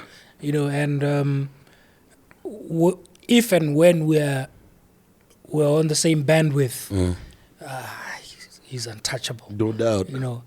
He's very diverse as well. Yeah. So, for sure, Press Beats. Cubio. Cubio is a damn good producer. All the time. Obviously, I'm going to be a little bit biased to the ones that I've worked with. Yeah. But Mona, we did a song called Tsikinya. Tsikinya. Mona rona una di melene. Kana go tsaka go tsikinya ne betsa tota. Sara Rapidi. Yo. Tsikinya. Everyone, I wished I had that beat. Hey. That song. Cubio is he was sick for those beats. Bo Kalanga Chetu. Bango. Is it no? No, it's that Cubio. was Apollo. Yeah, Apollo was on the track. But Cubio was on production. Yes. No, I was in the same house at the time. I think. I went to visit Schoolboy. As Gela. Hey, Kara end up we were walking down there. Kantibo Apollo Yeah, and then this guy starts rapping in Kalanga. Yeah. So it was shout beautiful. out Q, man. It was beautiful. Yeah. This is where it gets hard. No. Man, Strawberry Gum Gum. Daddy Schizo. That's a hell of a track, man. Just for that track, I mean, he did a lot of production as well. Yeah. Yeah. I think they turned it into Mahasman. Hey. Yeah. Strawberry Gum Gum is what we know as Mahasman. Yeah, Schizo. Come on, how do you name a track Strawberry Gum Gum? Tribal Monks was Schizo's production. Yeah, man. Yeah. And by the way, we got to shout out the guys that came before us. Yeah. African Raw Material, Volume 1. Okay. Hottentot Hop. Yeah. Drastic and and but Slim. I want the collective name. Cashless Society. Yeah, man. Because they were rapping. They were releasing just before or just after P-Side. It was a little bit right after. Just after P-Side. It was just after. Okay. Yeah. Just a little bit after. Yeah, but they're definitely some of the pioneers. We need one more. Well, there was Presley, Cubio, Schizo, and then Cashless Society as a collective. Yeah, as a collective. Yeah. But Drastic was the one making most of the beats. Then he even did Room Rara for Aura. Yeah. Yo. There's other guys. There's Bo Netlani, Bo. You know, I don't know the producers, Bahoneana. Yeah. You know, that are producing for the Cats now. Yeah. They okay. They good. Yeah. But got a shout out fella. Yeah. Hardest working. Fella. Yeah. Hardest. Fella. I mean, fella. There's Bo Rimzi Bating. Rimzi. But you know, Rimzi put fella on as well. Rimzi made me record my last album. Sheesh, man. Yeah, I was done. I was like, I'm not. And then he called me to the studio. I think it was All I Know. Yeah, All I Know. Yeah. With HT. I think that was the first. No, it was Reflections first. Kafela. Okay. Yeah, and then I heard All I Know. I think it was produced by Rimzi. Yeah, because he's like you. He's a very smart brother. He made his decision quickly. Matilo, and then he got married. He's like, I'm not doing this thing anymore. But like the fact that, you know, you guys do make time to get in the studio sometimes. Only for the fans. I think we always want to hear it. And this is why I think the invitation came out to you. Because I think some people never know what happened to the dudes that they look up to. Yeah. You know, and I know sometimes guys don't feel like they owe people an explanation, but like I know you would want people to know what you are into, because it's not like you abandoned what you love. It's just because the powers that be were not helpful at all. There were no structures. Yeah. But what do you think about the future of BW music, though? It's a very sad story, because I'm sure you've seen this movie before. You know, without the podcast store, without the internet, without everything else. But the fact that we value people who come outside of Botswana more than we value the ones here. Yeah. So we can't say doing work is a waste of time, because construction companies, advertising agencies, everything, it's usually people from outside. What would you say to someone trying to get it? You know, for me, I've always believed in a free market. So I don't think there's anything wrong with getting talent from outside if it's actually better than us. And that's a big if. And my problem is that sometimes we're as good or better, but we're still overlooked. And it's not just music, Scar. It's like I'm saying, my professional work, I get most of my work from South Africans. Music will be the same. Our structures would rather reward the outsiders better. I spoke about it more, one of those reflection songs. And then I think Reflections 2017. Have you put it on streaming services? No, my albums were, but at some point it stops being worth it. You know what I'm saying? So I pulled them. You pulled them down. Yeah, I do have some CDs. It's all I need. It's like excess, and I don't know what to do with them. I think they're making a comeback. You should just repackage, because I think South Africans now are pushing vinyl. Is it? So No, physical copies are starting to make coming sense. back is actually a global thing now. But these are for connoisseurs, like collectors' items and stuff, So you never know. Maybe in years to come, these CDs, each one will be worth lots. A lot more. Yeah. It's everywhere, Sky. It's Ranyatecha. As our people, by our people, if that makes sense. I don't know what it is. Is it a mentality? Is it an inferiority complex? Mr. Morobe of Morobe Nuggets has a whole chapter about Tele in his book. I'm yet to get the book. But the thought of a man as rich as him, with all of the property that he has, all of the, he's a great, great man also. He's got his law firm. To have a chapter in a book about Tele, it's an actual phenomena in B-Dub. It's a real thing. It's a living, breathing thing that I think he probably paid more attention to because of his line of work also through the law. But I think that's what we never really understand about our people. I don't know if tell is envy or jealousy, but I don't know. How do I get rang at Ska? I'm an architect and construction project manager. Yeah. Right. I can't get the jobs that I do if I wasn't the best at it. Yeah. Okay. I'm a farmer. Yeah. Okay. I worked hard to get the best genetics or to build the best genetics. Right. Right now I have a 3-year-old young bull. Right? For a reasonable price. What I think is a reasonable price. How much is that? If stud bulls are going for upwards of 50, I mean good genetics, 50, 60, 70. If I'm selling a 3-year-old, it's commercial, so it's not stud, but I know the bloodline. Yeah. And it's incredible. Yeah. Performance, incredible. The mother drops a calf every year. And the father, the Dinaman Zion are dropping calves now at 3 years old. Yeah. Only living on bujang limits. Yeah. Yes, I do supplement, but minerals and vitamins, that's it. Yeah, man. That's phenomenal. Yeah. I feel that. For 20K. I can raise 20K. Baby. How was supposed to go get a TP? Yes, another. Get a TP if you like. No. I always say how ratadi. If you have even if it's not like me, but if you have enough love for them, I just dip into them because they also provide a getaway. Right now, I've had a champion racing greyhound. Yeah, I know you're into that guy. Champion. Yeah. This dog was unbeaten the whole of last year. It's been beaten recently once in 6 races, I think this year.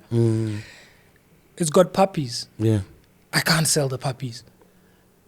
But the guys that I'm with, that I'm beating, they would rather buy puppies elsewhere. In South Africa or somewhere else? Well, wherever. But I can understand. With them, I can understand because it's a bit of competition. I think we're competing on breeding rather than racing. Yeah. In other countries, the structures are that you get breeders then you get racers. Yeah.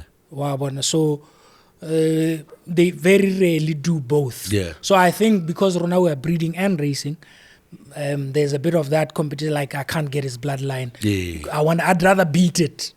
And then the market is so diluted. So I bought a puppy, a pure puppy, in 2017 or 2017 for 4,500 rands. So you add another 2 grand petrol. Yeah. You might add accommodation. Yeah. Another grand. Yeah. So we're looking at 7.5 grand. Yeah.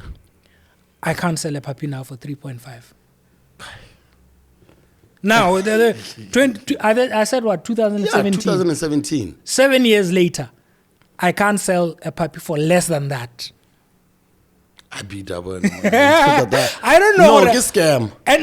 And I'm talking about proven. No, like you say, you actually have proven like bloodlines and stuff. Example, it's all of it. No. I don't know how to unlock it, but maybe one day we will unlock it and we will appreciate what we have more. Because we can say the same thing about Bo William. Yes. We can say the same thing about Yes. Why we like this? Does he even get bookings here? There's a kid that I saw trending recently. Apparently she's got a good song. Oh yeah, snap. Yeah, Ratana. Hey, no, now make it boneka rojele sengwe.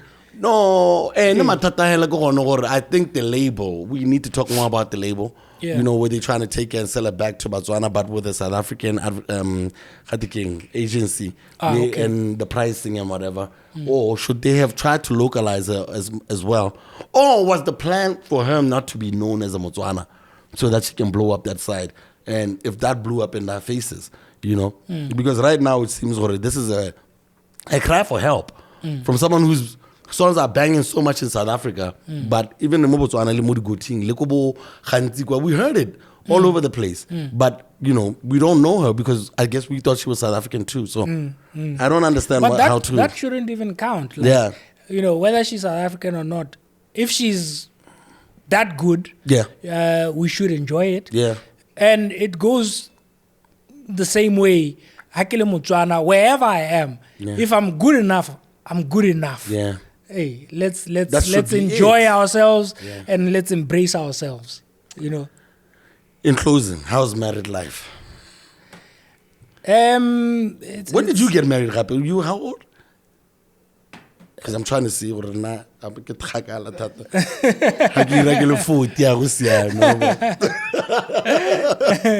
How's it going though? Yeah, it's going well. Yeah, it's going good. Does she think about the cows? She likes the cows. She's very supportive of everything that I do, even if she doesn't necessarily like that particular thing. Yeah. But she's very supportive. And I'm thankful.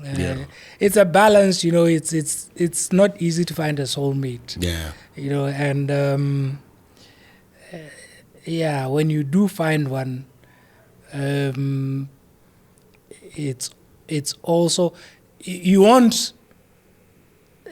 You know, it's a journey. It's a journey and it's a balancing act. Yeah, man. You know, especially that. I mean, what am I? I'm 45 now. You know? It's not that bad, though. Come on. At my age, you are kind of stuck in your ways and etc. etc. But then you understand that with the maturity as well. Yeah. You understand that you got to compromise some of the way you do things, etc. etc. Yeah. So, but I think we make a good team. Yeah, man, I think so too. Yeah. From a distance. I'm absolutely loving it. Yeah. And I love that life for you, man. You deserve all the kind of dopest things ever because, like, so we'll be out there running our mouths, but like I can't imagine like some of the bad stuff that has been done to you with this music industry and like the where they see that you're dope at what you do, but then every single time people then run into you, it's like, when's the guy? I don't know how you deal with that. You know what I used to do? When someone says, do you have the current album? A lot of them would be like, no, I don't, let me make a plan. And I'm like, I've heard it all before. But that's awesome, though. Thank you so much for being here with us. I know, are you going to be making more music or? I don't know, man. I mean, at the moment, it's totally off the agenda. I'm enjoying being a fan. Yeah. I like being a fan. Who's your favorite right now? Who's the MC top of mind right now, though? Vizo, Baxen, Benti, who else? Ozzy, I'm trying to give him some options. More rounding, yeah. Vizo is consistent, man. Hey, Vizo is not. Damn consistent. That's our king. Yeah. No, Vizo is consistent. Yourself. Okay. And I think I'm short, right? I don't think you send me all the songs. No, because I was sending it. You will only alignment challenge. I was sending the instrumental. Or how out there. I think that's the best place to write rhymes. I think when you're out there and you have your Bluetooth and you can recite them, internalize them, you don't. And that's why I'm telling you, try it. Yeah. You can do it that way. Have you ever written a song? Have you ever made a song like on paper? I tried to do a verse and I couldn't. There's a song called Denouement. I think it's in All I Need, maybe. Mm-hmm. I think it's one of the last songs, All I Need. A Denouement is like a crest, like an apex, like the end. Yeah. You know. I did that song on purpose. With Andrew Steele. Yeah, man. 3 verses. Yeah, And a chorus. You gotta check it out. And that, ladies and gentlemen, is us at the apex of our show. At the denouement. The dominant. I was avoiding pronouncing it. But yo, thank you so much for being here, big homie. Yeah, man. Thanks and for we having absolutely me, man. love you and we appreciate you. I'm sure BW and the rest of Africa and the rest of the world, Andrew still will be happy to see you on our screens because because we don't even have as much music even on the databases that radio stations anyway. I don't know. How about already old school? But I was yeah, 74, but they won't have Demimont. So come on, let's get our things straight. Yeah. And with that's the end of our show, ladies and gentlemen. My voice was horrible, but it got better as we moved along. Thank you so much to Fosta, Juliano, and thank you very much to Local Corner and the people here at Leo's Inn. We'll catch you guys next week. It is a Friday, so yeah, Wednesday we'll give you another one. Peace.